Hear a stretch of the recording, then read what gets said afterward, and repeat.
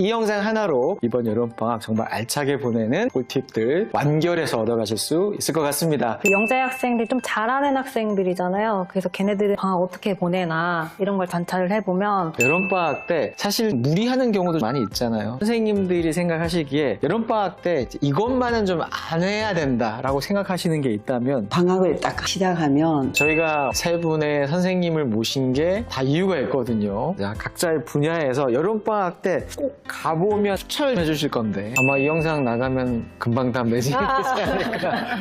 빨리 한번 들어가셔가지고 네, 예약 가능한지 이런 정보가 선생님 입에서 저도 한번 가보고 싶은 생각이 드는데 또 없나요? 인데요. 이런 데가 굳이 돈 들이시지 않고 아쿠아리움을 체험하실 수 있습니다. 이건 빛의 속도로 클릭 마감이 되는데 저희 지금 대학생 아이와 고등학생 친구도 그때 기억을 아직도 얘기하고 있습니다.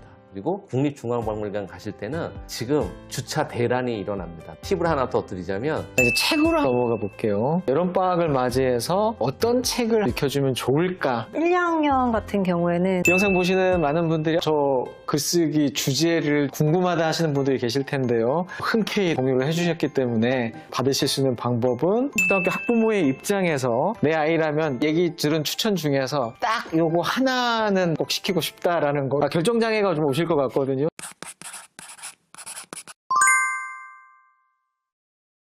정말 무더운 여름방학입니다. 짧은 여름방학이지만 누군가에게는 그냥 흘러가는 시간이겠지만 또 어떤 아이들에게는 인생이 바뀌는 소중한 경험을 하는 그런 시간일 수도 있는데요. 아마 고민들 되게 많으실 거예요. 여름방학은 시작을 했지만 계획대로 안 흘러가거나 이 아이가 벌써부터 점심때 일어나거나 그런 여러 가지 고민들을 하고 계실 텐데 이 영상 하나로 이번 여름방학 정말 알차게 보내는 꿀팁들 완결해서 얻어가실 수 있을 것 같습니다. 뭘 궁금해하실지 몰라서 전부 모셔봤습니다. 자, 런웨이 오늘 여름방학 그리고 2학기에 대한 이야기를 나눌 텐데요. 저는 진행을 맡은 교집합 스튜디오 권태웅 소장이고요. 정말 반가운 세 분을 모시겠습니다. 자기소개 부탁드립니다. 안녕하세요. EBS 과학 만점왕 시리즈 집필 했고요. 과학 동화 작가로 활동하고 있는 작가 다영입니다. 저는 초등아이들의 책쓰기, 글쓰기에 관심이 많은 초등교사였고요. 현재는 학부모 교육을 하고 대구 연암도서관 관장으로 있습니다. 최순나입니다. 반갑습니다. 드넓은 세상에서 아이들이 주인공이 되는 사회수업과 박물관 교육에 힘쓰고 있는 교사 배성호입니다. 여름방학을 하면 즐겁잖아요. 생각 자체는. 저는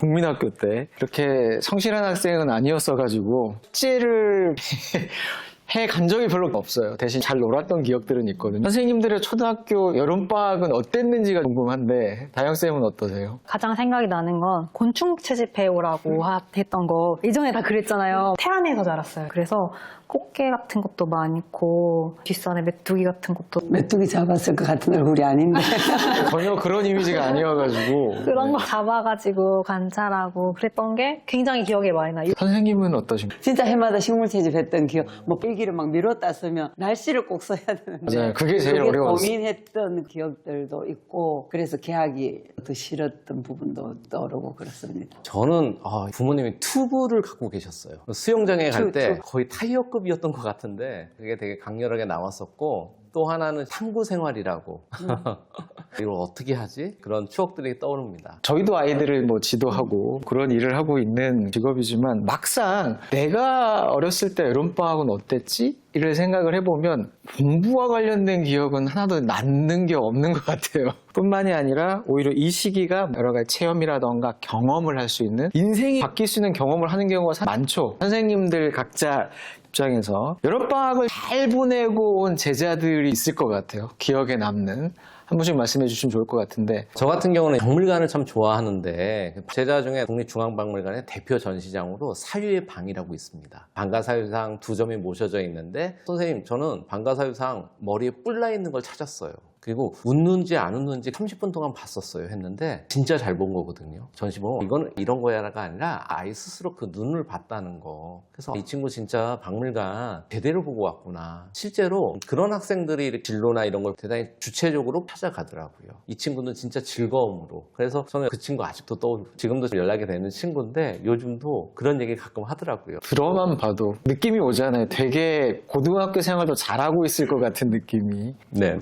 그리고 그런 아이들이 요새 학생부 종합전형 같은 인재에 너무 적합한 과정을 챙기고 들여다보고 그런 느낌이 드네요. 전 사실 초등학교 담임을 하면서 하루에 한 편 이상의 주제가 있는 글을 쓰는 걸 목표로 삼아서 학기 중 방학 내내 흔히 일기라는 이름으로 주제가 있는 글쓰기를 쭉 했던 교사였는데 방학식 하기 전에 약속들을 한단 말이에요. 꾸준히 쓰기로 학기 중에도 쭉 늘 써왔으니까. 그리고 개학을 해서 여름방학 과제물 시상도 했었어요. 그랬을 때 내가 생각해 지난 31일 혹은 지난 35일을 뿌듯하게 방학을 보냈는 사람 손 들어봐라 해서 상을 준 적이 꽤 있었어요. 학교의 프로그램이라는 게 없는 상황에서 잘 지내온 아이, 저요 나름 잘 했습니다. 나름 자기 기준인데 그랬던 아이들이 공통적으로 생각이 나고요. 그렇게 방학을 잘 살아낸 아이는 당연히 2학기 때도 지금 여전히 만나도 괜찮은 청년으로 살았던데 그런 아이들이 떠오릅니다. 딱 2학기 시작 때 보면 눈빛부터가 어떻게 보냈는가 여름방학을. 왜냐면 낮밤부터 바뀌어있는 아이들 같은 경우는 학교 오기도 버겁고 근데 뿌듯해하는 아이들이 있잖아요. 선생님 말씀하신 것처럼. 근데 일기가 어찌나 쓰기가 싫은지. 선생님 일기 쓰시는 거 좋아하셨어요? 저요 즐거운 하루였다. 맨날 이렇게만 근데 그 뻔한 표현 있잖아요. 오늘은 맨 뭘 밑엔 먹고 천재 미소. 뭘 했다. 내일 기대가 된다. 이렇게 똑같은 한 뭐 3-4문장을 계속 반복해서 써서 아 어떡하지 계약 다가오는데 일기 막 10개씩 밀렸는데 그렇죠. 네, 그랬던 저 오늘 그거 알려드리고 가고 싶어요. 그러니까요. 뻔한 일기 말고 잘 쓰는. 사실은 일기를 쓰기 싫고 글쓰기가 싫은 건 아이들의 잘못은 아니다.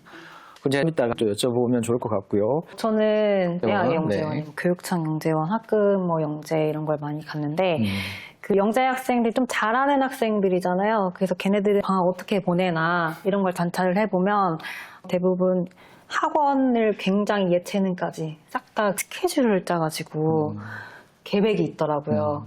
가장 기억에 남는 친구는 교육청 영재원 갔었을 때 영재 같은 경우에는 탐구 프로젝트라는 걸 가장 중요하게 여겨요. 근데 아이들이 똑똑해도 탐구는 해본 적이 별로 없어요. 그래서 잘 모른다라고 생각하고 나는 스케줄이 많은데 어차피 영재원에서 잘해봤자 외부상은 이제 기록이 안 되잖아요, 따로. 그래서 그렇게 열심히 하지는 않아요. 근데 어떤 아이가 본인이 이끌어서 투석기 만들기를 보고서를 혼자 다 작성을 했어요. 마지막에 농구형 게임까지 만들었거든요. 원래 입학할 때는 별로 성적이 좋진 않았는데 결국에는 최우수상으로 졸업을 하더라고요. 근데 그렇게 졸업하게 되면은 중고등의 영재원에 들어갈 때 반드시 도움이 돼요. 나중에 중고등학교 입시에도 도움이 될 거라고 생각하고요. 애들이 중요하지 않다고 생각하는 그런 것도 책임감을 갖고 몰입해서 하는 그런 아이가 굉장히 기억에 남아요. 방학이라는 것 자체가 그런 의미인 것 같아요. 학기 중에는 바쁘고 학교 생활도 있으니까 하지 못했던 것들을 한 호흡으로 몰입해서 무언가를 해본다. 그 아이 같은 경우에는 지금의 교육제도, 입시제도에 너무 네, 맞아요. 잘 맞는 네, 아이잖아요. 네, 탐구력, 맞아요. 그러면 자기주도 학습 전형부터 시작을 해서 학생부 종합전형까지 그런 경험을 또 하면 성취감이라는 게 내가 무언가를 하루짜리가 아니라 좀 몇 주짜리를 해서 성취를 해봤다. 게다가 최우상까지 아마 아이들한테 큰 영향을 좀 미칠 것 같습니다. 그래서 본격적으로 정말 꿀팁들 꼭 추천해야 되는 거 추천을 드릴 때는 그 중에 하나만 제대로 하셔도 정말 알찬 방학이다 이렇게 말씀을 드릴 수 있을 텐데 그 전에 이 질문부터 시작을 해보고 싶습니다. 여름방학 때 사실 조금 무리하는 경우도 많이 있잖아요. 초등학생인데 10to10으로 학원을 아침 10시부터 밤 10시까지 학원으로 뺑뺑이를 도는 아이들이 있으면 이웃에 불안해 하신단 말이죠. 선생님들이 생각하시기에 여름방학 때 이것만은 좀 안 해야 된다라고 생각하시는 게 있다면 하나씩 말씀을 해주시면 좋을 것 같아요. 일단 방학하게 되면은 추천 도서부터 어머님들께서 딱 받아보세요. 방학 때 뭘 읽혀야겠다 계획을 딱 세우시는데 특히 과학 쪽에서 3, 4학년, 5, 6학년 추천 도서 이런 거를 제가 항상 봐요. 보면은 서점 기준으로 3, 4학년에 들어가는 거기는 한데 교육 내용을 보면 3, 4학년이 내용이 아닌 게 굉장히 많거든요. 예를 들어 원자, 분자 얘기가 딱 나와요. 3, 4학년은 당연히 모르는 내용이란 말이에요. 그리고 자기력, 전기장 이런 내용이 나오면 어머님들은 이게 3, 4학년이 배우는 건지 5, 6학년이 배우는 건지 중학교 내용인지 잘 모르실 수 있는데 3, 4학년 내에서는 동물의 생활, 식물의 생활 요 정도 수준이고 그 이상으로 넘어가면 아주 뛰어난 학생이 아닌 경우 이해가 안 갈 수가 있어요. 그 전에 배워야 되는 것들이 있는데 바로 원자 분자 넘어가는 책을 보면 근데 이런 게 서점이 엄청 많단 말이에요. 그래서 이거 읽기가 좀 어렵다 하면은 과감하게 넘기셔도 괜찮고 읽기 싫은 책을 그대로 읽게 하면 글자만 이렇게 쭉쭉 읽어서 이게 습관이 되면 그냥 훅훅 넘기는 독서가 돼버리잖아요. 이게 너무 안타깝더라고요. 그러니까 수준에 맞지 않는 책인지 잘 확인을 해보시고 네. 그렇죠. 네. 읽히셔야 된다. 방학을 딱 시작하면 부모님들이 그때부터 어휴 이렇게 시작한다고요. 내 아이가 학교 가는 시간 빼고 가정에 있는데 그 사실 자체를 부담스럽게 시작하는 부모의 태도를 내려놨으면 좋겠어요. 방학이라는 걸 계기로 가족이 온전히 가족 문화를 만들 수 있는 절호의 기회이고 제가 학부모 교육감 자주 하는 얘기 이건데 지금 그 시대를 되게 빨리 벗어나고 싶어 하잖아요. 내가 언제 엄마 소리 안 듣고 우아하게 살아볼까. 근데 지금 그렇게 살아가는 그 시절이 부모님에게도 찬란한 시기란 말이에요. 10년 후보단 지금이 더. 그러면 방학이라 하면 내가 우리 아들 딸과 뭔가를 할 수 있는 시간이 더 많이 주어졌어. 그래서 뭔가 같이 살아내 보려고 하는 마음을 먹어야 되는데 방학을 딱 시작하면 아니 학기 중에 쭉 공부했단 말이에요. 그 아이가 방학이 돼서 왔는데 너 오늘부터 뭐 시킬 건가. 그래서 엄마는 가만히 있는 채로 아이에게 뭔가를 몰아붙일 마음의 준비를 하고 있고 그렇게 아이를 만나니까 꽤 많은 아이들이 생각보다 방학이 싫어해요. 선생님 친구도 없고요. 우리는 되게 좋아할 것 같아요. 다들 야 방학이 하는 거 3일밖에 안 간다고 자기들 입으로 선생님 우리 반 일주일만 방학하고 학교 오면 안 돼 이런 말을 할 정도로 그래서 부모님들이 자기 자녀를 부담스러워하는 건 뭔가 시켜야 되겠다는 마음을 내려놓는 게 어쩌면 비법이 아닌가 싶고 그럼 아이랑 뭔가 어마어마하게 큰 돈을 들여서 어디를 간다 아니어도 가정에서의 삶의 태도만 바꿔도 충분히 행복한 방학을 지낼 수 있을 거라 생각이 들고요.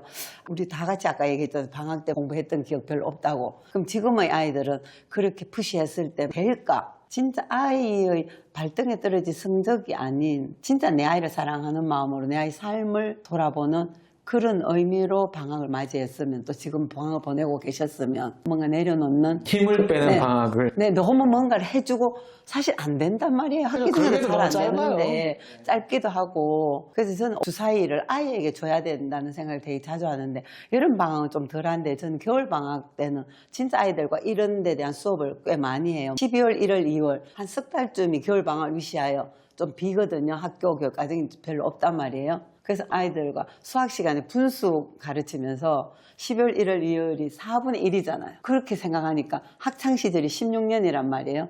4분의 1이면 4년을 멍하니 보낸 거예요. 그 이야기를 아이들에게 해주고 예를 들어서 여름방학이 30일이라면 12분의 1인 거잖아요. 그럼 12분의 1이면 앞으로 학창시절 12년이면 1년을 멍하게 보낸 거지. 그래서 아이에게 부모가 붙잡고 대화를 하면서 네가 여름방학 30일을 어떻게 알차게 보내느냐 멍하게 보내느냐 하면 지금은 한 달이지만 12년 학창생활 보면 1년이거든, 1년. 1년을 멍하니 보낸 나랑 안 멍하니 보낸 친구랑 차이가 되게 그렇게 생각하면 확 아이들이 와닿아요. 한 3학년 이상만 돼도 다 알아듣거든요. 내 인생의 1년을, 내 인생의 4년을 그럼 어떤 태도를 보일 건가를 얘기를 하고 아이에게 칼자루를 줘서 뭔가를 해야 되는데 지금은 엄마들이 너무 로드맵을 다 짜고 시키니까 그래서 제가 방학 끝나고 학교에 왔을 때 아이들 보고 네 스스로 생각했을 때 뿌듯했는지 안 했는지만 물어본단 말이에요. 그러면 아이들이 이래요. 선생님 제 제재는 대체로 엉망으로 보냈어요 하는 애들 있잖아요. 그 아이들 보고 제가 하는 말이 그 아이는 이미 숙제 검사와 상관없이 이미 벌을 받은 거예요.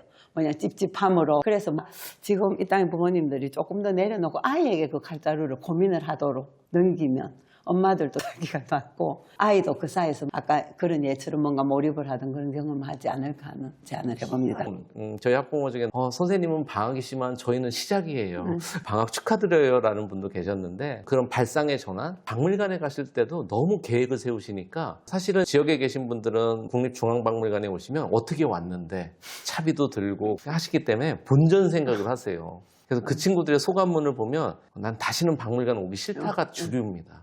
그래서 좀 여유를 두고 진짜 좋은 박물관 관람법은 다음에 또 가고 싶다거든요. 여름방학에 그런 작은 계기들을 만들면 좋을 것 같아요.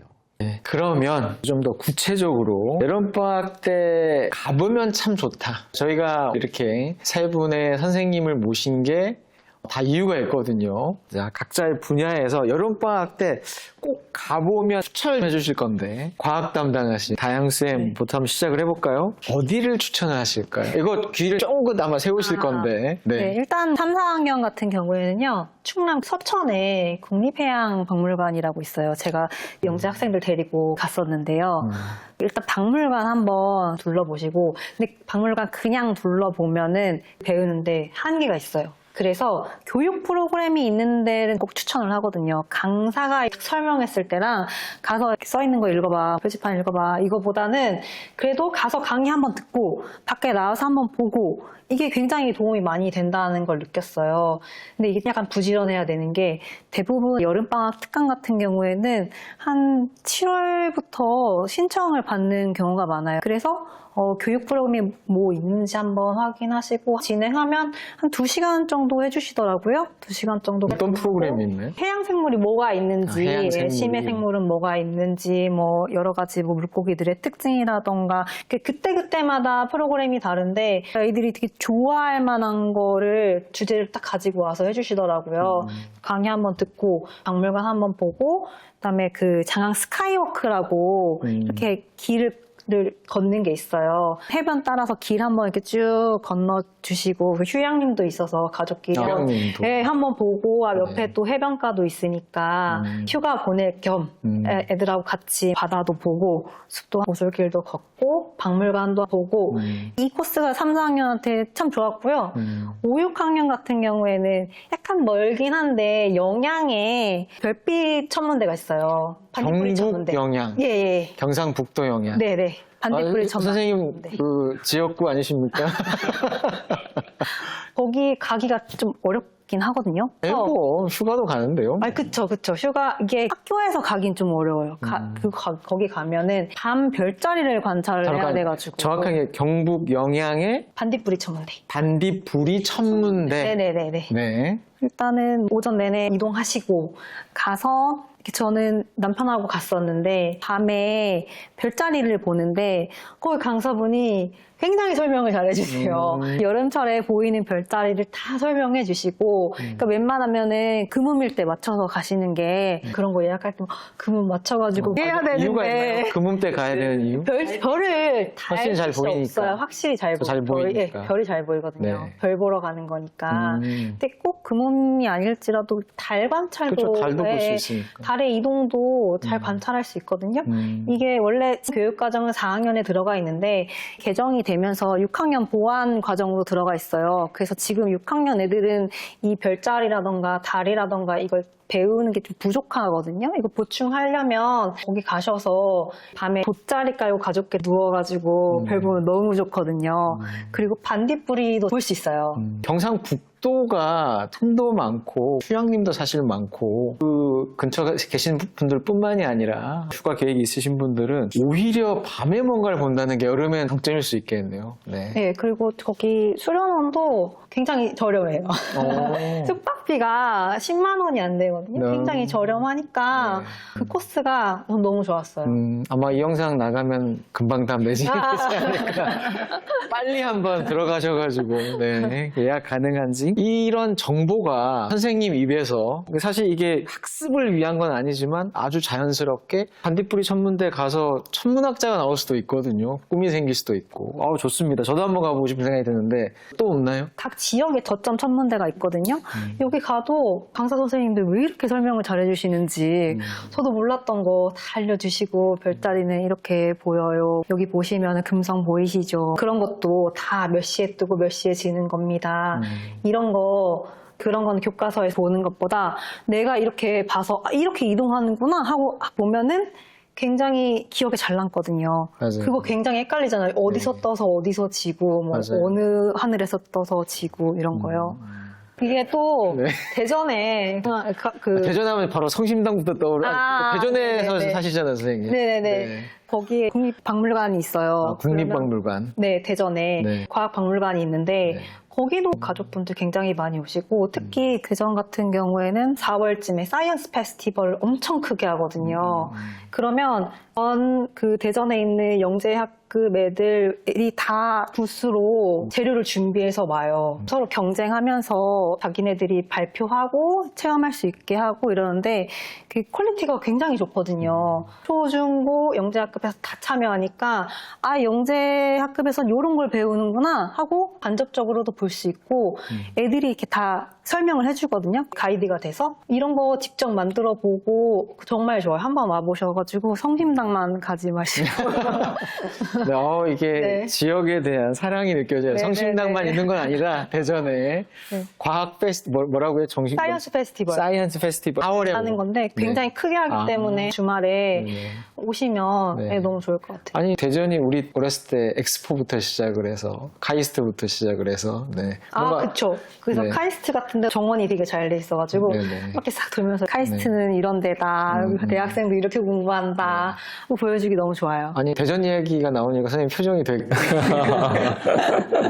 애양심이 느껴지는 네. 이거 이어서 과학이랑 역사랑 사실 다 연결돼 있거든요. 요새 청룡포도 되게 인기잖아요. 청룡포 예, 그 단종의 단종. 역사와 영월에 저도 천문대를 갔었어요. 너무 좋더라고요. 부산 해양박물관, 인천 해양박물관이 있는데요. 이런 데가 굳이 돈 들이시지 않고 아쿠아리움을 체험하실 수 있습니다. 그리고 앞서서 국립생태원 같은 경우도 극지방 체험도 있잖아요. 그런 데 가면 우와 여름에 이렇게? 또 개구지인 친구들은 사막관을 일부러 갑니다. 더울 땐 이열치열이지 하면서 진짜 추천드리고 싶은 거 지금 국립중앙박물관은 관람객 전 세계 3위까지 올라갔습니다. 국중박 네네네. 핫하죠. 네. 국립중앙박물관이 되게 멋진 거는요. 우리나라 대표 국보도 있는데 전시 기법이 달라졌어요. 그래서 아이들과 그걸 보시면 공연을 보는 느낌? 그리고 존중받는 느낌을 받으실 수가 있어요. 방가사유상을 모신 사유의 방 같은 경우는 소극장 무대 세팅으로 되어 있습니다. 전시 공간이. 그래서 아이들한테도 이게 이런 거야가 아니고요. 그냥 있는 그대로. 그리고 심지어 그 공간에서는 이야기하지 못하게끔 마치 무건수행처럼 그렇게 돼 있는데요. 지역에 계신 분들은 또 서울까지 가야 되나 보다 이런 생각하실 수 있는데 우리나라가 그래도 너무 잘 된 게요. 14군데 박물관이 있습니다. 14군데 쭉 한번 리스트업을 한번 해볼까요? 춘천, 청주, 익산, 광주, 나주, 공주, 부여, 그리고 제주 등등등. 등등등이 서운하실 것 같은데. 경주 아, 그렇죠. 가장 대표 경주, 그리고 임진왜란의 역사 박물관인 진주, 그리고 김해, 대구 박물관 이런 박물관들이 있는데 박물관도 그냥 꿀팁을 알려드리자면 그냥 가실 경우에는요. 이게 뭐야라고 하는데 다영 선생님 말씀처럼 이 박물관들 정기 해설 시간이 있습니다. 해설 시간. 네, 그게 무료고요. 그리고 또 하나는 어린이들과 같이 가시면 우리나라가 멋진 거는 이 박물관은 다 어린이 박물관을 운영하고 있어요. 그래서 어린이 박물관에서 미리 둘러보시고 본 전시를 보시게 되면 훨씬 효과적이고요. 4학년 1학기에 올해 교육과정이 바뀌면서 박물관, 기념관, 역사 유적이 교육과정에 들어와서 교과서에 새로 들어와 있습니다. 한 군데 추천드리자면 전국 선사박물관입니다. 전국 선사박물관. 경기도 연천에. 그래서 주먹도끼가 구석기 시대 항상 나왔던. 그것도 이거 구석기 시대 유물이야라고 하면은 역사적 의미도 있는데 이한용 관장님께서요 직접 주먹도끼를 만드는 재현을 해주세요. 그보다 더 좋은 거 이건 빛의 속도로 클릭 마감이 되는데 운 좋게 당첨이 됐어요. 박물관에서 하룻밤 잘 수 있는 프로그램이 있습니다. 워낙 경쟁이 있으니까 올림픽 신기록처럼 초 단위 뒤에 2자리까지 공개를 해요. 접속이 언제 됐는지. 잊을 수 없는 거는 연극 재연 배우가 와요. 그래서 선사시대 복장을 하고 말을 한마디도 안 합니다. 저희도 작은 고기 정도는 돌로 한번 잘라봤어요. 그래서 아이들이 지금도 그걸 기억하고 있고요. 프로그램도 너무 알차요. 안전한 활쏘기도 있고 불 피우기도 있고 캠프파이어까지 다. 심지어 텐트도 다 해주셔가지고 전국 선사박물관 가을에 다시 열리고요. 5월 달에가 원래 피크입니다. 5월에 구석기 축제라는 걸 하거든요. 그때 꼭 신청하셔가지고 하시면 평생 추억이 되실 거예요. 저희 지금 대학생 아이와 고등학생 친구도 그때 기억을 아직도 얘기하고 있습니다. 꼭 도전해 보시고 올 여름에는 맛배기로 제가 지금 왜 전국의 여러 거점 박물관들을 소개해 드렸냐면 이게 꼭 서울에만 오시지 않으셔도 되고요. 지역의 지역 박물관들 그리고 사립 박물관들도 대단히 좋고요. 오히려 작은 박물관에도 예약을 잘 하시고 가시면 안내를 잘 받으실 수 있어요. 그것보다 더 좋은 게 없거든요. 피서 겸 전국의 여러 박물관들을 한번 가실 거를 추천드리고 싶습니다. 그리고 사실 진짜 K컬처의 힘이 요즘 박물관에서 많이 느끼는 게 기획을 너무 잘하시는 것 같아요. 요새. 이게 너무 달라지고 좋아진 게요. 국립민속박물관도 대표적인데 공간 연출가분들이 채용이 되셨어요. 학예관으로. 국립중앙박물관도 마찬가지고요. 저는 박물관 볼 때 원칙은 1시간 반을 넘지 않게 보는 겁니다.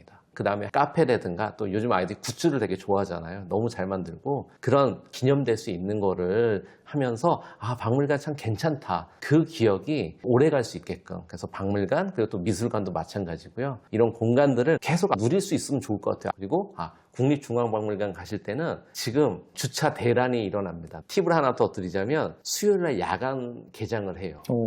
수요일날 밤 9시까지 하는데 야간에 보시면 그래도 아이들과 호젓하게 보실 수가 있으세요. 수요일 그리고 토요일 하는데 방학이니까 일정이 되시면 수요일 저녁을 더 추천드리고 싶습니다. 어쨌든 해설도 보고 또 그런 이벤트라든지 시간도 잘 보셔가지고 보시면 또 재밌을 것 같습니다. 저는 뜻밖의 여행지를 안내해 드릴게요. 기대되는데요. 1학년 담임할 때 6학년 교실에 놀러 간 적이 있어요. 수학 시간에. 물론 6학년 선생님하고 얘기를 다 해놓고 갔었는데 6학년대로 1학년대로 되게 많은 얘기들이 오갔어요.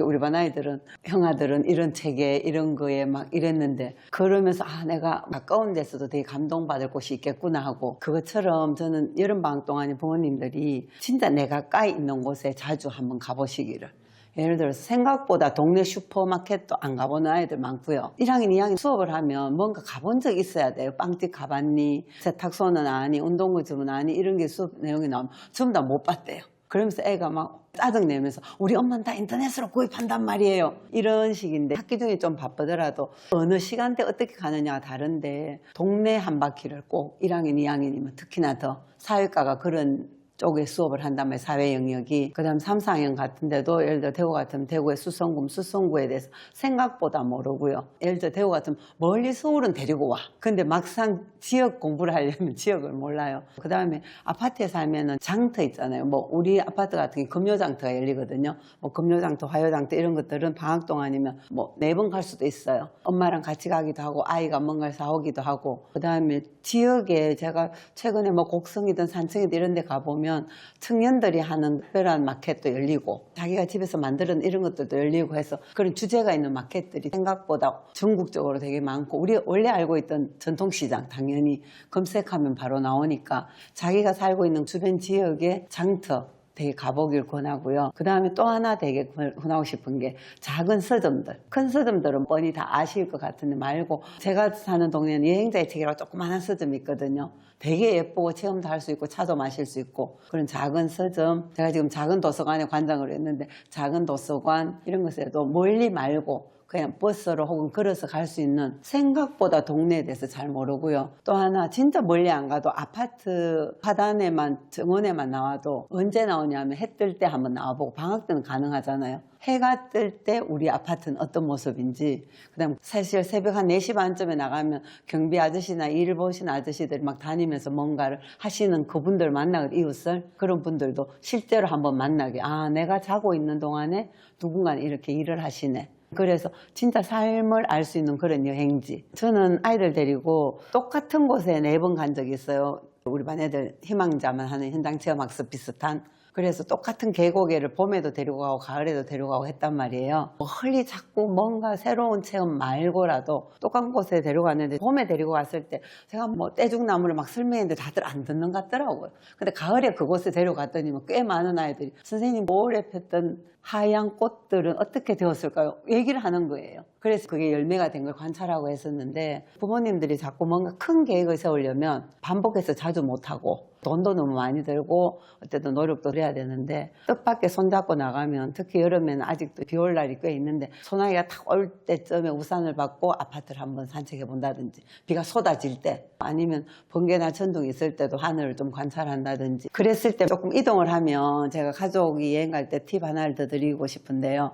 차에 아예 뭘 싣고 다녀야 돼. 뭐냐? 일단 볼만한 책들 관련 있는 예를 들어 천체과학관 간다 하면 별에 관한 책 그 다음에 스케치북을 좀 두꺼운 스케치북 하나를 사라고 부탁을 많이 드리는데 스케치북 두꺼운 거, 그 다음에 채색 도구 아예 트렁크에 실어 놓는 거예요. 그냥 색연필 말고 다양한 채색 도구. 그래서 어디에 가더라도 지금 운 좋으면 무지개도 볼 수 있고 소나기가 그칠 수도 있고 그게 가까운 곳이든 먼 곳이든 가서 아까 글 이야기를 드리고 싶다 했는데 선 체험 90%의 체험의 시간은 5분 정도. 그래서 아빠가 먼저 하면 돼. 이거 이래 하고 스케치북 꺼내서 뭔가 한 줄 쓰는 거예요. 한 줄만 해도 충분해요. 그 몇 살짜리 아이는 못 쓰니까 말을 하면 받아 적어주기도 하고 그렇게 글 쓰는 게 일상의 여행 속에서 녹아날 수 있도록 그게 사실 다른 이름으로 말하면 일기인 거잖아요. 가까운 곳에서 진짜 등잔빛이 어둡다 했는데 뜻밖의 아이들과 얘기해보면 주변 잘 모릅니다. 네, 맞아요. 네, 차만 타고 다녀서 옆에 어떤 가게가 있는지 저도 똑같아요. 그게 되게 강력한 선행학습입니다. 1, 2, 3, 4학년 교과서 펼쳐보면 그런 것들에 관심이 많고 본 것이 많고 들은 것이 많고 체험한 것이 많으면 진짜 유리한 수업들이 많단 말이에요. 당연히 글쓰기는 당연하고 그래서 다양한 시장, 서점 아니면 동네를 시간대를 달리해서 밤에도 가보고 아까처럼 별도 보고 아니면 새벽 시간 되게 권해요. 해 뜨는 것도 꼭 한번 같이 봤으면 좋겠고 이런 아주 특별한 여행지를 지금 입니다. 선생님 말씀 중에 되게 네. 인상적인 게 떠올랐어요. 스케치북을 가지고 네, 다니는 네. 거. 누브르나 메트로폴리탄이나 이런 미술관이나 박물관들 가게 되면은 스케치북을 많이 들고 학생들이 오더라고요. 제가 현지 교육자들한테 문의를 했을 때 그걸 알려주는 거예요. 자기 눈으로 보게끔 하고 그거를 스케치를 시키고 있는 거예요. 국립 암스테르담 미술관에서는 사진기를 쓰지 않는 날들을 정했습니다. 그래서 아주 화제가 됐었는데 사람들이 다 명화나 루브르에서 모나리자라고 하면 사진을 찍는데 자기가 제대로 보지 않는 거예요. 이미지로 소비되는 그런 거. 박물관을 보는데 뒷모습이나 옆모습. 방가사유상 우리 고정관념으로 알고 있는 자세들이 있잖아요. 그 자세를 이렇게 한번 보는 거고요. 이것도 여기서 좀 자기 주도적으로 갈 수 있는 게 있습니다. 부모님이 인도하시는 것보다는 아이들이 직접 자기 닮은 유물이나 문화유산 찾아보게 하면은요, 되게 신기한 걸 잘 찾아요. 그리고 유물 속의 어린이를 찾아보자라고 하면 그것도 있는데, 그리고 하나 추천드리고 싶은 게 부모님 닮은 문화유산 찾아보라 그러면 고학년들은 약간 자기 검열을 해서 하지만 저학년들은 되게 날 거 그대로 나옵니다. 그래서 도깨비가 나오기도 하고 장난치면서도 하는데 그런 형태. 그래서 박물관 갔을 때 많은 분들이 어떻게 볼지 모르겠다고 했었을 때 국립중앙박물관처럼 큰 박물관은 대표 유물을 찾아보게끔 하는 것도 의미가 있고요. 그리고 옆모습, 뒷모습을 그려보는 형태. 그래서 선생님 스케치북 얘기하시면서 해주셔가지고 와 맞아. 이거 우리도 했었는데 휴식을 하면서 자연스럽게 녹아들어가면은 아이들에게 덕이 되는데 거꾸로 이거를 5학년 2학기에 역사가 있어. 이거 6학년 1학기에 뭐에 있어. 라고 하는 순간 아이들은 또 하나의 학습 노동이 돼버리잖아요. 그래서 좀 여유 있게 그리고 전제는 부모님도 즐길 수 있게끔 박물관 보실 때 너무 많은 것을 하시려고 하지 마시고요. 오히려 자연스럽게 부모님과 좋은 추억을 만들고 그 속에서 아이가 정서적으로 안정이 되면 훨씬 힘을 받는 것 같아요. 진짜 이게 발현되는 건 언제냐면 5학년이나 아니 중고등학교 때도요. 나 이거 봤어. 나 이거 해봤어. 나 주먹도끼 만들어봤어는 그 누구도 이거 할 수 없는 거거든요. 그런 실제로 키트도 있어서요. 큰 비용이 들지 않습니다. 그런 좋은 추억으로 집에 전시도 할 수 있고 꼭 박물관에 가야 되는 거 아니잖아요.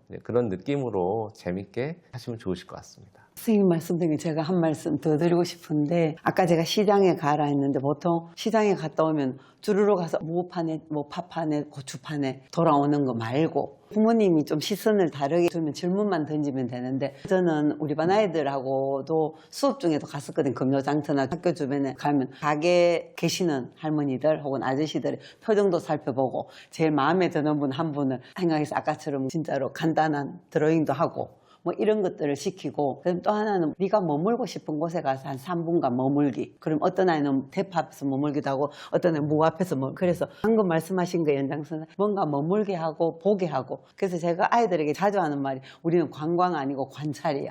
관찰은 쓱 지나서 볼 수 없는 것들이거든. 그래서 어디에 어떻게 많이 자주 가는 게 문제가 아니고 그게 머물게 하는 것.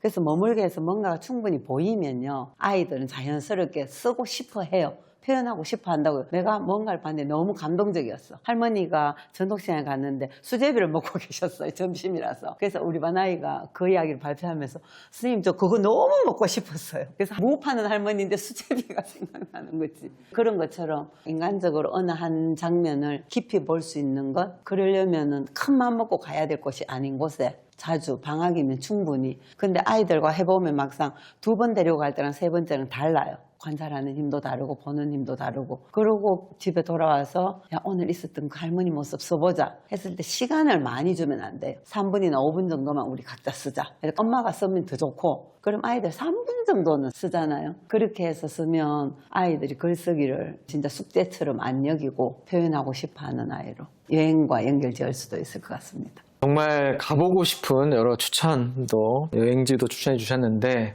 이제 책으로 넘어가 볼게요. 여름방학을 맞이해서 우리 아이한테 또 어떤 책을 읽혀주면 좋을까, 이제 이런 고민들도 많이 하실 텐데, 책 추천도 궁금을 하거든요. 각 분야들이 있으셔가지고. 이번에 배정훈 선생님이 어떤 책을 추천해 주실지. 네. 지금 박물관 얘기 참 많이 드렸는데요.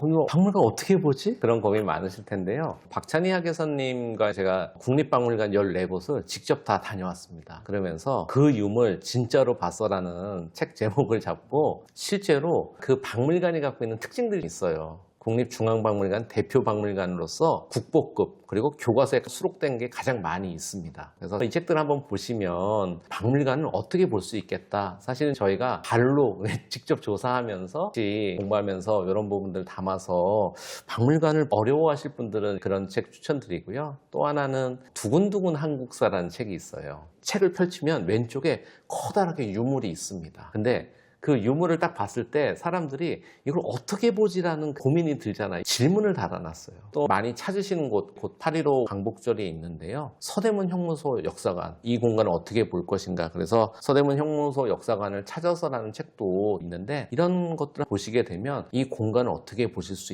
있는지 보실 수 있고요. 그리고 평화를 나누는 그림 편지라는 게 있습니다. 이거는 한국과 일본 어린이들이 6년 동안 편지를 700통을 주고받았어요. 근데 문자가 서로 달라서 그림 편지를 했습니다. 같이 하나의 주제를 놓고 너 방학 때 뭐 하고 노니? 명절에 뭐야? 너의 꿈은 뭐야? 그런 걸 해서 이게 독립기념관에서 전시가 되고 서울교육박물관 그리고 일본에서는 고려박물관이랑 니츠메이칸 이제 박물관에 전시가 됐는데 그게 책으로 나왔어요. 우리나라가 100명의 마을이라면 같은 책도 추천드리고 싶어요. 한번 보시면서 100명의 마을로 보면 되게 좀 달라지는 거예요. 그리고 우리가 박물관을 바꿨어요라는 책도 있는데요. 이 책은 국립중앙박물관 공간의 문제점을 찾은 게 뭐냐면 도시락 먹을 장소가 없어요. 그래서 학생들과 6년 동안 편지를 썼습니다. 그리고 나서 도시락 먹을 장소가 생겼거든요. 그래서 우리만의 좋은 걸로 하지 말고 역사적 사실과 동화로 만들어 보자. 이런 내용들 한번 보시면 도움되시고, 끝으로 교과서는 제한된 분량과 그 내용을 압축해서 넣다 보니까 같이 교과서를 집필했던 선생님들이랑 같이 처음 만나는 사회라고 해가지고요. 아이들이 1, 2학년 단계와 3, 4학년은 서로 다른 세상의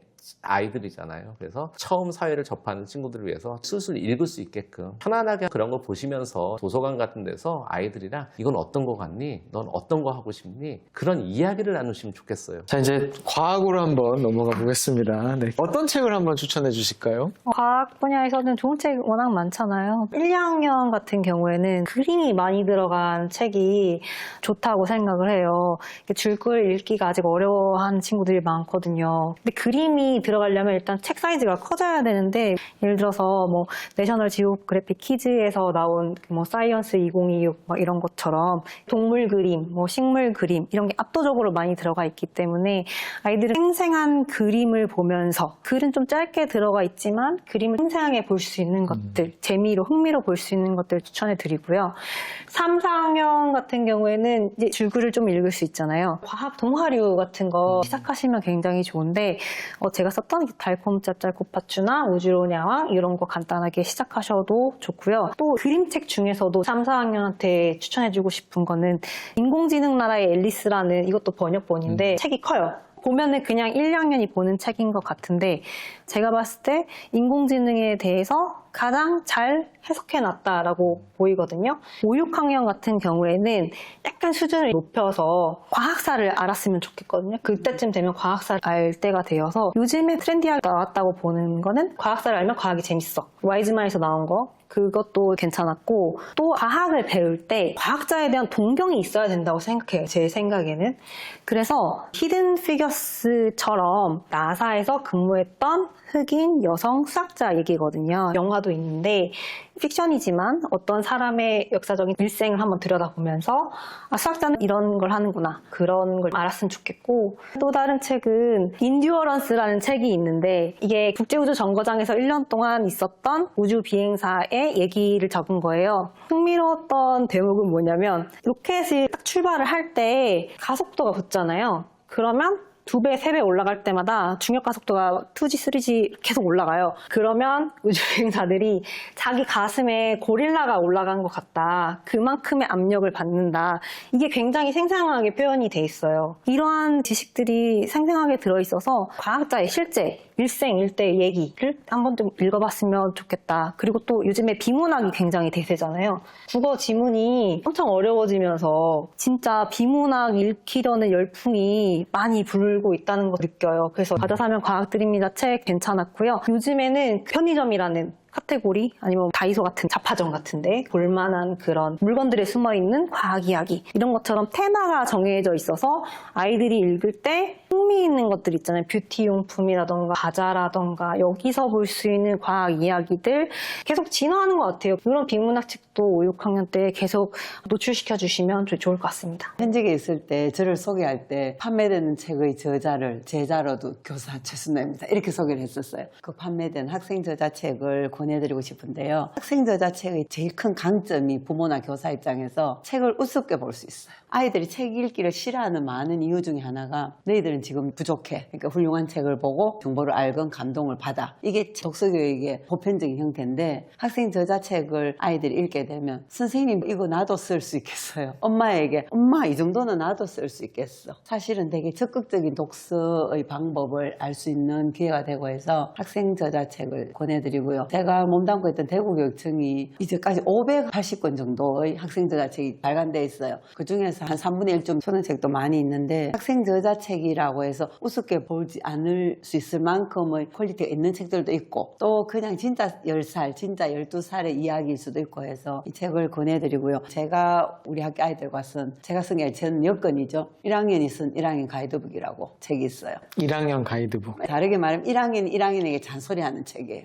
내가 1학년 생활해보니까 이랬어. 입학할 후배 1학년들에게 너 이렇게 하면 돼 하고 선배가 알려주는, 이게 컨셉이 좀 되게 예쁘잖아요. 그래서 이 책이 유퀴즈에 나가게 된 이유가 됐어요. 그때 그 아이들과 썼던 또 다른 책 제목 하나가 솜사탕 그 기억 따라. 사실 제 이름을 앱에 검색하면 책들이 꽤 많이 검색된 대부분이 시집이에요. 지금 3, 4학년이 어떤 시기냐면 그림책 읽을 때는 다 독서 쪽에 별 걱정 없다가 3학년 2학기 4학년부터 엄마들과 책 때문에 시끄러워져요. 글밥이 많은 책에서 나자빠지는 아이들이 많이 나오고 하는 그때인데, 그때 저는 시집을 권합니다. 시집. 부모님들이 책을 되게 많이 사주는데 집에 시집이 별로 없어요. 근데 시집은 특히나 책을 읽는 걸 두려워하는 아이들이 좋아요. 그래서 제가 오늘 시집을 한 권, 아이들과 만든 책 한 권을 들고 와봤는데, 보통 이렇게 만든 학생 저자책이 예산이 풍부하지 않고 하기 때문에 그 사파가 없는 시집들도 꽤 있어요. 이 책을 어떻게 읽냐면 한 권을 구한 다음에 온 가족이 그냥 펴지는 쪽을 아무거나 읽어봐도 되고요. 그 다음 쭉 보고 오늘 마음에 드는 시 하나를 골라봐도 되고, 그런 걸 한 10번 하면 10편을 읽잖아요. 근데 10편 찾을 동안에 아이들이 이 시집 다 봐요. 고르려면. 어떤 아이도 이렇게 안 고른다고 살펴보면서 고르는데, 그렇게 해서 독서의 주도권도 아이에게, 책을 좀 만만하게 보는,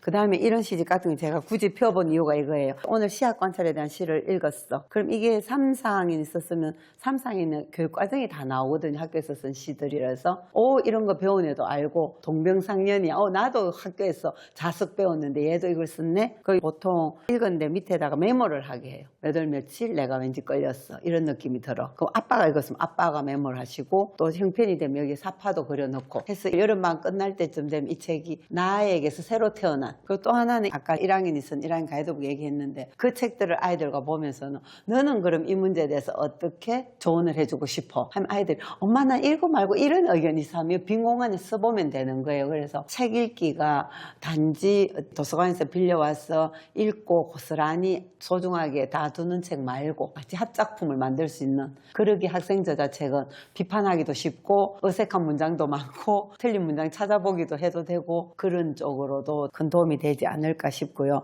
또 하나 5, 6학년에게 제가 책을 권할 때는 굳이 제가 책 제목을 얘기하자면 푸른 사자 완인이나 샬롯의 거미줄 같은 걸 우리 반 아이들과 읽었는데 이번 방학에는 부모님들이 책 한 권을 온 가족이 함께 읽는 특히 아이가 5, 6학년이면 책을 어떻게 하냐면 푸른 사자 완인이든 뭐 가족이 정하는 거예요. 글밥이 좀 많은 한 200페이지 정도의 책을 한 권을 구해서 식탁 위에 두고 그 책을 아빠가 읽고 있을 때는 아이는 못 읽는 거지. 그렇게 해서 보통은 펜을 4가지 색을 준비하라고 해요. 아빠 빨강, 뭐 엄마 파랑, 그 다음에 포스트잇도 준비하고 해서 아빠는 오늘 현재 70페이지까지 읽었어. 붙여놓는 거지 포스트잇을. 그러고 아이는 몇 페이지까지 하고 인사이트 문장에 줄을 친다든지 아니면 여기서 이 부분에서 우리 아들 누구가 생각났어 라든지 메모를 한다든지 하면 이게 생각보다 아이들이 아닌 것 같지만 아빠 엄마랑 경쟁해요. 아이들 성향에 따라서는. 그래서 글밥이 긴 한 권의 글책을 읽을 수 있는 기회를 주는 것. 3, 4, 5, 6학년, 5, 6학년 중에 독서력이 부족한 아이들에게도 괜찮을 것 같고 3, 4학년 되게 좋을 것 같아요. 그래서 여름방학이라는 기간이 있으니까 많이 읽히지 말고 한 권 정도를 그렇게 읽으면 진짜 좋은 점이 자연히 책을 소재로 소통이 되거든요. 사실은 문해력을 부모님들 되게 많이 걱정하시고 뭐 독서력을 걱정하시는데 책을 읽는 게 중요한 게 아니고 이 책을 자기 삶에서 소화해서 대화를 하는 것. 문제가 나오면 온 가족이 토론해 볼 수도 있고 일부러 토론하긴 힘들지만 한 권을 온 가족 읽다 보면 나도 모르게 그 이야기가 자꾸 나와. 엄마 그 부분 벌써 읽었어. 나도 읽었어. 이렇게 방학이니까 온 가족이 특히 시집은 진짜 쉽거든요. 학생 저자책 검색해 보시고 제목 마음에 드는 거 있으면 한번 골라서 읽어보시면 그중에 너무 많이 안 알려진 게 안타까울 정도인 책들도 꽤 많습니다. 근데 뭐라고 검색을 해야 나오나요? 대구광역시 교육청 학생 저자 이렇게 검색하면 교보문고 같은데 학생 저자책이 쫙 떠요. 그런 책들도 한번 관심 있게 봐주셨으면 좋겠습니다. 그리고 아직 최순아 선생님 하면 또 우리 아이들 글쓰기 네. 서두에 일기 쓰는 것도 주제를 주시고 근데 그 글쓰기 주제를 또 갖고 계시잖아요. 네, 사실 요번에 이 촬영한다고 의뢰를 받았을 때 이거 꼭 말씀드려야지 하는 게 뭐였냐면 아까 얘기했잖아요. 일기 진짜 쓰기 싫고 너무 싫어. 날씨도 문제고 이랬는데 저는 학기 중에도 매일 제목을 줘요. 그날 학교에서 있었던 일 중에 제일 감동적이거나 그런 근데 제목을 주면서 누차 얘기를 하죠. 이 제목은 쓸 거 없을 때 쓰는 거야. 제목을 정하는 습관 그런 능력을 기르기 위해서 학기 중에도 예를 들어 오늘 어떤 아이가 우유를 쏟았으면 누가 막 닦아줘 있으면 우유 쏟은 일 이런 식으로 사소한 걸 준단 말이에요. 그럼 방학 때는 엄마들이 제일 힘들어하는 게 엄마 뭐 쓸까 이래서 엄마를 괴롭힌대요. 특히 2학년, 3학년 어린아이들은. 그래서 방학 전에 100가지 정도의 주제가 있는 일기 제목을 줘요. 이 중에서 골라 잡아서 해볼 수 있는 걸 보통 방학식 하는 날 형광펜으로 해보고 싶은 거 줄 쳐보게 해요. 100가지 중에서 한 10가지 정도를. 그리고 절대로 강요는 아니다. 그냥 심심할 때 해봐. 하나 예를 들어보면 친구랑 목욕탕에 가보는 거, 친구 집에 자보는 거, 해질 무렵을 5분간 살펴보는 거, 거울 앞에서 내 얼굴을 한 3분간 보고 글쓰기. 그 다음에 제가 아직도 기억나는 게 있는데 내가 자고 일어났더니 내 키가 2m가 되었어. 자고 일어났더니 내가 2cm가 되었어. 그랬으면 이런 것들은 아이들이 방학 동안 일기 썼는데 너무 재밌게 쓰는 거예요. 2cm가 됐을 때 뭐 어디 들어가겠다 어떻게 했다도 있고요. 그 다음에 그 100가지 중에서 몇 가지 떠오르는 거 뭔가 해보는 거 가정에 밥을 한번 지어보는 것, 손으로 세탁 비누를 이용해서 양말을 빨아보는 것 그런 것도 있고요. 그 다음에 평소에 학기 중에 잘 못해볼 시간대 깨어서 엄마랑 밤중에 산책을 해보는 것 그런 것들도 있고 말 안 하고 하루 종일 있어보는 것 그다음에 하루 종일 아무것도 안 해보는 것 아이들 그거 제일 힘들었다고 이런 다양한 생활 속에서 일어날 법한 주제를 제가 미리 준 다음에 그걸 경험을 해볼 수 있게 사실은 경험을 하고 나면 글은 쓰고 싶어져요. 맞아요. 진짜로 경험이 있으면 제 같은 경우에 삶은 땅콩을 주고 먹어보고 만져보고 글쓰기 하거든요. 한 5분쯤 누구 한 명도 쓸 거 없어요. 안 해요. 금방 일어난 일이잖아요. 되게 타이밍이 중요한데 일기를 꼭 저녁에 쓰겠다 생각하지 말고 어떤 일이 있었어. 삶이 진하게 있으면 글은 쓰게 돼 있어요. 근데 맨날 학원 가고 힘들고 짜증나고 그래서 학습지만 풀고 오고 감동적이지 않은데 글 써봐 하면 뻔한 거 나오는 거고 또 하나 두 번째는 너무 감동적이어도 애들이 못 써요. 운동회나 이럴 때 오히려 못 써요. 너무 많았어. 그랬을 때 하나의 주제를 딱 주는 거죠. 만약 운동회가 끝났으면 1학년 큰 공 굴리기에 대해서만 유심히 봐. 그리고 써봐. 그러니까 아까 제가 시장 가기 했잖아요. 그럼 시장에 갔다 왔어. 전통시장 하니까 뭐가 진짜 많아. 수십 명 만나고 수십 가게를 보고 와서 그걸 못 써요. 그래서 엄마 그렇게 갈 때 네가 제일 마음에 드는 끌리는 곳을 우리 가서 머물러 보자. 그 뻥튀기 하는데 하필이면 뻥하고 옥수수 같은 게 튀겨져 나온 그 부분만 집에 와서 써보는 거죠. 근데 전통 담양 뭐 죽제품 시장을 다녀왔다 이렇게 쓰기 시작하면 많이들 실패해요. 거기 가서 딱 아저씨 뻥튀기 그 모습만 그렇게 주제를 줘버릇하면 생각보다 일기 쓰기가 괜찮을 수 있어요. 그래도 여전히 쓰는 걸 두려워하긴 한데 그다음 또 하나는 글쓰기를 잘하는 유일한 방법이 쓴 글을 대접해줘야 돼요. 제가 아이들 책을 만들어주게 된 그것도 이유가 그거거든요. 아이들 글을 나는 진짜 대접해주겠어. 높이 사주겠어가 책 만들어주는 거였기 때문에 책을 만들기 시작했는데 집에 부모님들도 마찬가지 아이가 뭐 그림 일기를 쓰든 일기를 쓰면 맨날 글씨 똑바로 써라 이걸 왜 이 모양을 썼니 하지 말고 그중에 한 줄이라도 감동적인 부분이 있으면 요즘 진짜 자랑하기 쉽잖아요. 사진 찍어도 되고 어디 해도 되고 그렇게 온데 알리는 거지. 외할머니 이모 온데 우리 누구가 오늘 이런 표현을 했어. 그게 2줄이어도 괜찮거든요. 그렇게 해서 내가 글 쓰니까 엄마도 기뻐하고 그 다음에 또 하나는 아이가 허락만 해준다면 아이가 쓴 일기를 엄마가 소리내서 읽어주는 거 되게 좋아요. 아이들 일기를 교사의 언어로 읽어주면 되게 잘 써 보이거든요. 책으로 나오면 글 잘 써 보이는 것처럼. 그래서 내 글이 가치 있는 경험을 하는 것. 이런 것들 방학 중에 지금 우리가 여름방학이란 주제로 하는데 많이 하지 말고 딱 하나 단순한 걸 무조건 30일 방학이면 30일 내내 해보는 거예요. 하루에 5분 글 쓰기를 30일 내내 뭐라도 가족끼리 발 씻어주기. 만약에 저녁에 한 8시 됐는데 엄마 오늘 일기 쓸 거 없어. 그럼 그때 체험을 해보면 되는 거예요. 써봐 하지 말고 자 우리 세숫대에 물 받아서 아빠 발 씻어주기 해보자. 오른쪽 발은 엄마가 씻어주게 네가 왼발 씻어줘려 하고 딱 씻었어요. 자 씻고 끝났어. 써보자. 하면 쓸 거 있잖아요. 우리 아빠는 뭐 간지럽다고 했다 어떻다 저렇다 이런. 그래서 삶이 먼저이고 글이 따라오는 그렇게 하면 글쓰기가 두렵지 않을 수 있습니다. 일기 쓰기를 싫어했던 저의 국민학교 시절에 최순 선생님한테 배웠으면은 되게 잘 썼을 것 같은, 즐겨 했을 것 같은 생각이 드네요. 그래서 이 영상 보시는 많은 분들이 저 글쓰기 주제를 궁금하다 하시는 분들이 계실 텐데요. 또 흔쾌히 공유를 해주셨기 때문에 받으실 수 있는 방법은 더보기와 고정 댓글에 또 남겨놓겠습니다. 뿐만이 아니라 우리 선생님들이 추천해 주셨던 책 그 리스트도 더보기와 고정 댓글에 받으실 수 있는 방법 안내해 드릴 테니까요. 참고해 주시고. 과학에서 꼭 말씀드리고 싶은 거는 과학 책을 읽을 때 교육과정 연계를 굉장히 중요하게 여기세요. 근데 생각보다 교육과정하고 관련이 있을 듯 말 듯한 이야기들, 잡지식을 아는 게 애들이 친화력을 기르는데 정말 도움을 많이 되거든요. 그러니까 척척 박사 느낌으로 많은 과학 지식을 알고 있는 애 있잖아요. 예를 들어서 예전에는 고래가 바다가 아니라 육지에 살았다는 거 알아? 다리가 원래 있었대. 너 그거 알아? 위성 중에서도 외계인이 살 만한 위성이 있대. 그게 어딘지 알아? 이렇게 하면은 꼭 게임을 잘하지 않아도, 춤을 잘 추지 않아도, 노래를 잘 부르지 않아도 그냥 그런 흥미로운 지식을 많이 가지고 있는 아이가 결국에는 굉장히 인기 있는 아이, 친해지고 싶은 친구. 가면은 뭔가 지식을 막 말해줘. 그런 애가 장점을 얻을 수 있거든요. 이거는 교육과정 뭐가 이렇게 연결되어 있고 정의가 많이 적혀 있고 교육과정을 다 커버하는 좋은 책이야 이런 거 말고도 그런 거 외에도 동물과 식물과 우주에 관해서 알 수 있는 다양한 분야의 책을 읽어주셨으면 좋겠다. 그것도 아이의 인생에 굉장히 중요한 영역을 차지한다. 이거 꼭 말씀해 드리고 싶었고 전집 사야 돼요? 이거 정말 많이 물어보시는데 과학 같은 경우는 전집보다는 개별책이 훨씬 나아요.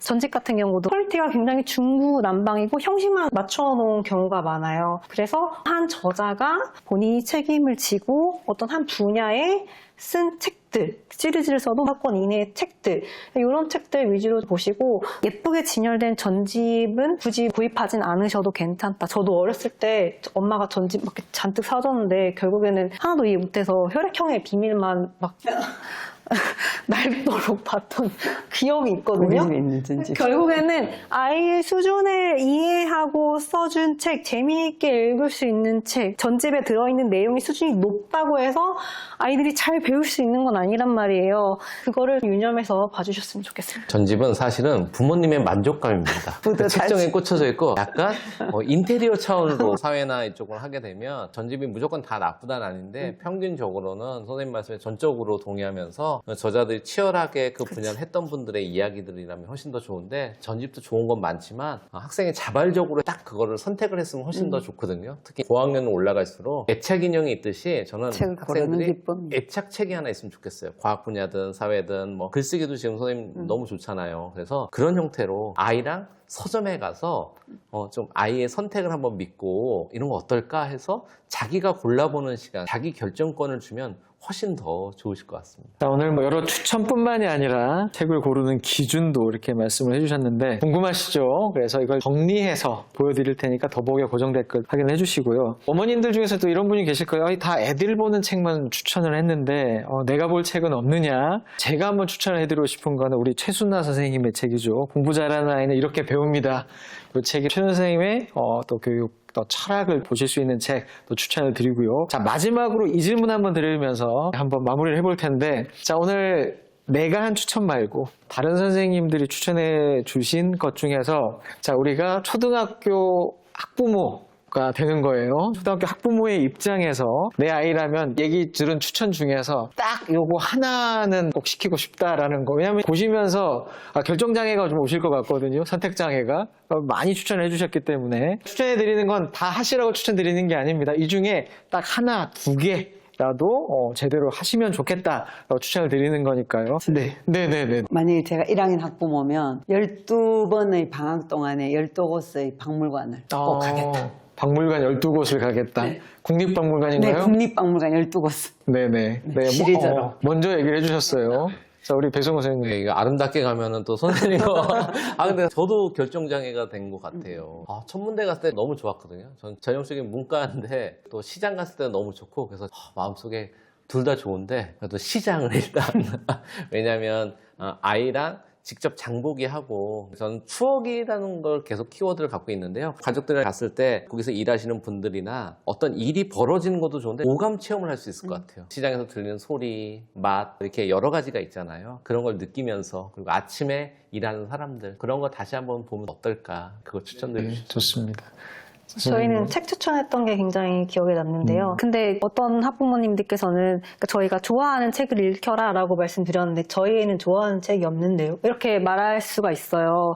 그때 항상 말씀드리는 게 뭐냐면 억지로라도 작가와의 만남을 한번 가셨으면 좋겠어요. 각 도서관에서 어디든지 이건 정말 쉽게 갈 수 있는 거거든요. 거기서 저 사람이 작가야 하면은 그 작가가 어떠한 책을 썼고 거기에 어떤 의미가 들어있고 이런 거를 말해주는 걸 들으면 나 저 책 한번 읽어볼까? 라는 생각이 들어요. 대부분 도서관에서 작가 초청하실 때 아이들이 좋아하는 작가님들, 베스트셀러 작가님들 많이 초청하시니까 그 작가의 만남 기회 있으시면 가시고 만약에 과학 쪽으로 좀 아이가 좋아했으면 좋겠다. 왜냐면 과학 안 좋아하는 애들 되게 많잖아요. 이러면 정재승 작가님이라던가 김상욱 작가님 아니면 지용배 우주먼지 작가님 우주먼지 작가님 같은 경우에는 거의 중고등이나 성인 책 쓰시지만 이번에 저 책 감수 한번 해주신 거 보니까 아이들 수준에 맞춰서 풀이하는 이해력이 굉장히 높으시더라고요. 그래서 그런 강연들 요즘에 많으니까 작가의 만남, 과학자와의 만남 한번 추천드립니다. 네.